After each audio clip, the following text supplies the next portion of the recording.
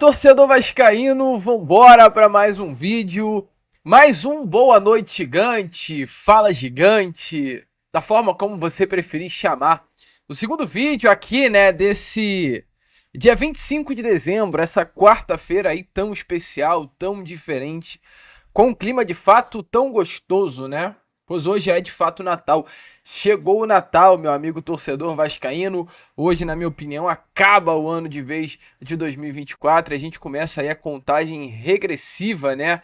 Para entrar em 2025. 2025 que a gente espera que seja cheio de expectativas para todos nós que somos torcedores do Clube de Regatas Vasco da Gama. E como não poderia ser diferente, a gente aqui nesse vídeo vai falar muito com vocês sobre as últimas informações do Vasco da Gama. Temos algumas novidades a trazer aqui a vocês nesse vídeo.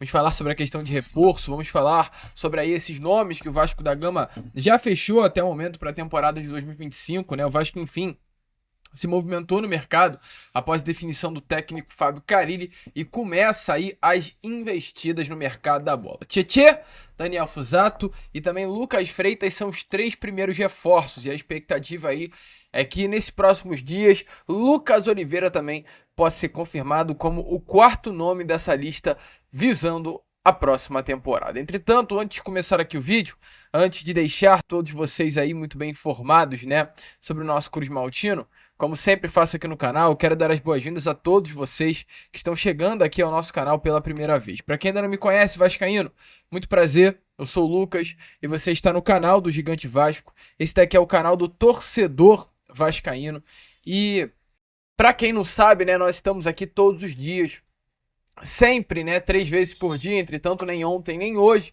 Dia 24 e dia 25, a gente só postou 2 vídeos e não os 3 como de costume, mas a partir de amanhã, meu amigo, dia 26, a gente volta com força total, volta com força máxima, vai passar esse período aí de festa, né? E a gente, é claro, vai estar sempre aqui para deixar você aí, torcedor vascaíno, muito bem informado sobre o nosso Cruz Maltino. Então, conto mais do que nunca aí com o seu apoio, com o seu like, com o seu joinha, com o seu gostei, que como a gente sempre fala, né? É de sua importância aí para o crescimento do nosso canal. Sem a sua ajuda, a gente não vai a lugar algum. Pode parecer clichê, pode parecer apenas uma frase solta, entretanto não é, meu amigo. Sem a sua ajuda, o nosso canal não chega a lugar algum. Então não saia desse vídeo, não saia desse Fala Gigante, desse Boa Noite Gigante, nem sei realmente como chamá-lo, né? Sem deixar o seu like, o seu joinha, o seu gostei, se inscrever aqui no nosso canal e fazer parte da nossa família. Fechou? Conto com você, hein, Vascaíno? Não vai decepcionar, não. Vem fazer parte aí da família canal do Gigante Vasco. Show? Bora então, sem muita enrolação, falar, claro, logo de Vasco. Eu vou tirar aqui esse óculos de clima natalino para conseguir trazer melhor as informações a vocês. O que eu tenho a trazer aqui, primeiramente, antes de entrarmos no assunto sobre reforço, né? E a gente vai falar basicamente sobre isso aqui nesse vídeo. É sobre a postura do Vasco para o ano de 2025.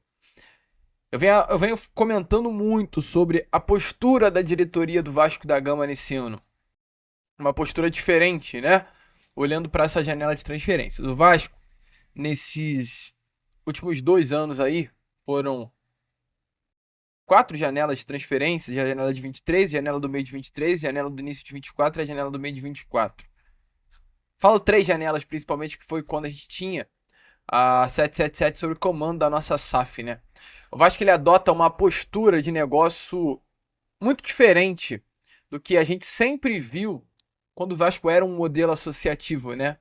Mesmo o Vasco não tendo dinheiro, e realmente não tinha, porque a gente viu que a 777 era uma empresa falida. Então o Vasco ele pagava, ele comprava o almoço, aliás, ele vendia o almoço para comprar a janta, literalmente esse era aí o negócio do Vasco na janela. Ele não se importava, e ao meu ver, muito nas contratações feitas. Era, coloca o dinheiro na mesa e é isso, vamos contratando de uma forma meio desregulada, né? Eu senti muito isso nessas últimas janelas do Vasco. A única janela que realmente eu olho e falo que o Vasco foi muito bem foi a janela do meio do ano passado. Essa janela eu bato palma pro diretor executivo Paulo Brax, essa época, que conseguiu ser muito inteligente, né? Trazer Payet, trazer Medel, trazer o Paulinho Paula, trazer o Verratti, nomes que à época ajudaram o Vasco a se livrar do rebaixamento, e o Vasco acabou não gastando muito dinheiro, né? O Payet veio de graça. O Paulinho Paulo, o Vasco pagou, salvo engano, 5 milhões de reais. Medel veio de graça, Overhat, Vasco pagou um valor irrisório. Então o Vasco foi muito inteligente naquela janela sem gastar muito. Entretanto, nas duas de início de ano, tanto de 23 quanto de 24, foram horrorosas as janelas, né? Ao meu ver. O Vasco gasta mais de 100 milhões no início do ano passado, com Puma, com Piton, com Léo Pelé, com Robson Bambu, Léo Jardim, Jair e muitos nomes que o Vasco contratou aí realmente que a gente via que foram hoje e são hoje ainda peça importante para uma estrutura que o Vasco tem, uma espinha dorsal. Entretanto, eu acho que o Vasco pagou muito caro por alguns nomes ali. E assim como foi nesse ano, e talvez tenha sido até pior esse início de ano, né?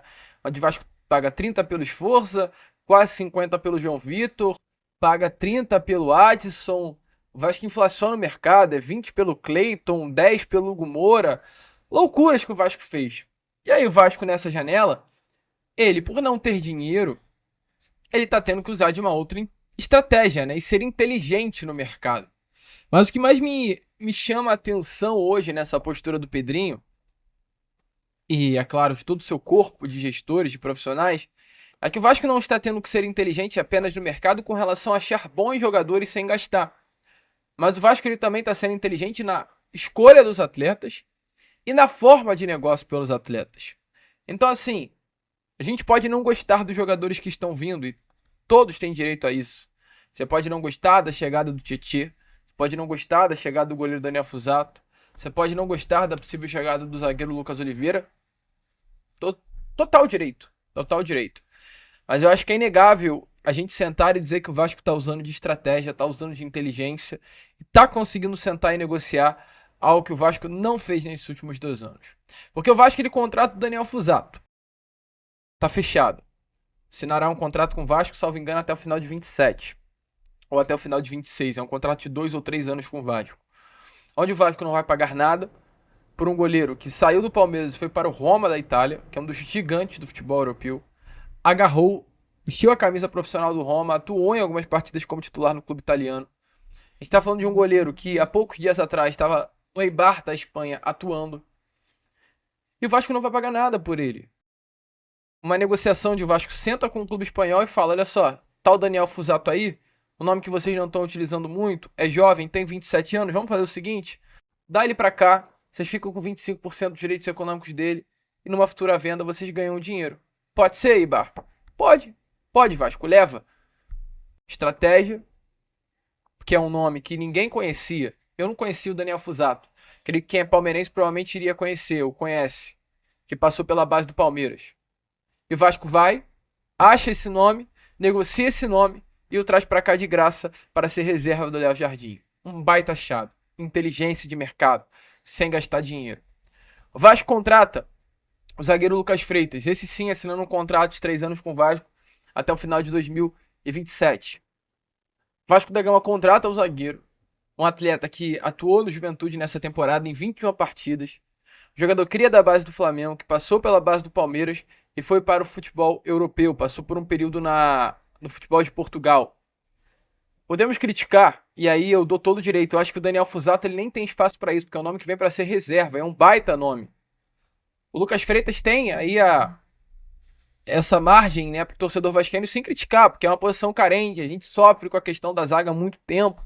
E o Vasco traz um jogador que não tem confiança para suprir essa carência do vascaíno e do elenco na posição de zaga, ok.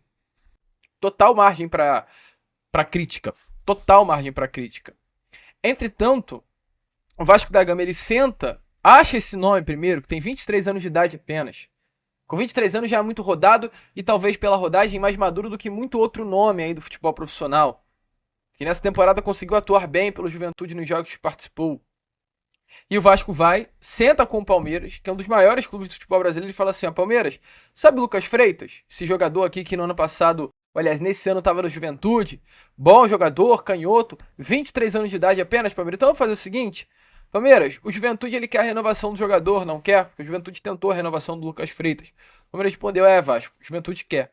Então, Palmeiras, vamos fazer o seguinte: ao invés de você renovar o Lucas Freitas com o Juventude, e o Lucas só tinha mais 1 ano de contrato com o Palmeiras até o final do ano que vem, ou seja, o Juventude iria renovar o empréstimo, ele iria ficar em definitivo, ou ficaria livre no mercado, o Palmeiras perderia os direitos econômicos dele. Então o Vasco senta na mesa e fala assim, ó, Palmeiras, vocês não querem o Lucas Freitas, certo? O Palmeiras fala, certo, não quero ele aqui. E aí o Vasco vira e fala, olha só, é um jogador que eu me interessei, foi bem no ano passado, no temporada passada no Brasileiro, com a camisa do Juventude, é um jogador jovem, pode ainda crescer na sua carreira, e a gente se interessou. Então, Palmeiras, vamos fazer o seguinte, dá o Lucas Freitas pra cá, vocês permanecem com 50% dos direitos econômicos dele, eu fico com os outros 50%. Se vender, vocês têm metade do valor. E deixa ele aqui comigo. Pode ser, Palmeiras? Pode, Vasco. Leva, de graça. Então o Vasco tem um nome bom para composição de elenco. Nome que não tem que vir para ser titular e não virá. Mas é um bom reserva. Assim como também, Vasco tá trazendo o Tietê. Pô, me desculpe, gente. Mas eu acho que quem olha pro Tietê e fala que é uma negociação ruim, tá errado. Tá errado. É minha opinião. Pode não ser a sua, você pode discordar, mas tá errado. Tá falando de jogador que era capitão do Botafogo. Capitão do Botafogo. E foi capitão em vários jogos desse ano como titular. Campeão da Libertadores do Brasileiro. 32 anos de idade. Passagem por Atlético Mineiro e Palmeiras, São Paulo, por onde passou sendo titular. A gente não pode olhar para esse nome e falar que é um nome ruim. Vem para ser titular? Não. Porque o Vasco tem um baita meio campo. O Vasco tem meio campo com o Jair, com o Paulinho, com o Coutinho, com o Payet, com o Moura, com o Matheus Carvalho, com jovens como JP e Estrela, que vão chegar com tudo nesse ano. Tietchan vai ter que comer muita bola para ser titular. A gente não pode dizer que o Tietchan não é um bom reforço. É um bom reforço. E como o Vasco traz? De graça. Porque está livre no mercado. O Vasco foi até o Tietchan, conseguiu convencê-lo com uma boa proposta. Vai assinar apenas um contrato de 1 ano. Então, para aqueles que não gostam do Tietchan, não é um contrato longo, é um contrato de apenas 1 ano, até o final do ano que vem, até o final de 25. E se gatilhos contratuais que estão no contrato, jogos titular, partidas jogadas, minutagem, títulos, o Tietchan terá o seu contrato renovado ainda por mais 1 ano. Bom negócio, o Vasco não gastando nada. Então já trouxe 4 nomes bons que o Vasco trouxe para a temporada de 2025, em que o Vasco não vai gastar dinheiro algum. Aliás, 3 nomes. E tem um possível quarto, que é o Lucas Oliveira. Ah, Lucas, poxa, eu não gosto do Lucas Oliveira. Acho que o Lucas Oliveira é um reforço muito ruim para o Vasco. Ok, todo direito de reclamar do Lucas Oliveira. Todo direito mesmo. Mas aí, meu amigo, a gente não pode reclamar da inteligência que o Vasco também está abordando esse negócio. O Vasco vai trazer o Lucas Oliveira com a seguinte questão. Chega para o Cruzeiro, que é o clube que tem os direitos econômicos hoje do Lucas. O Cruzeiro não quer mais o Lucas. O Vasco apresentou uma proposta excelente para o Lucas, convincente para o Lucas, que o Lucas gostou, aceitou.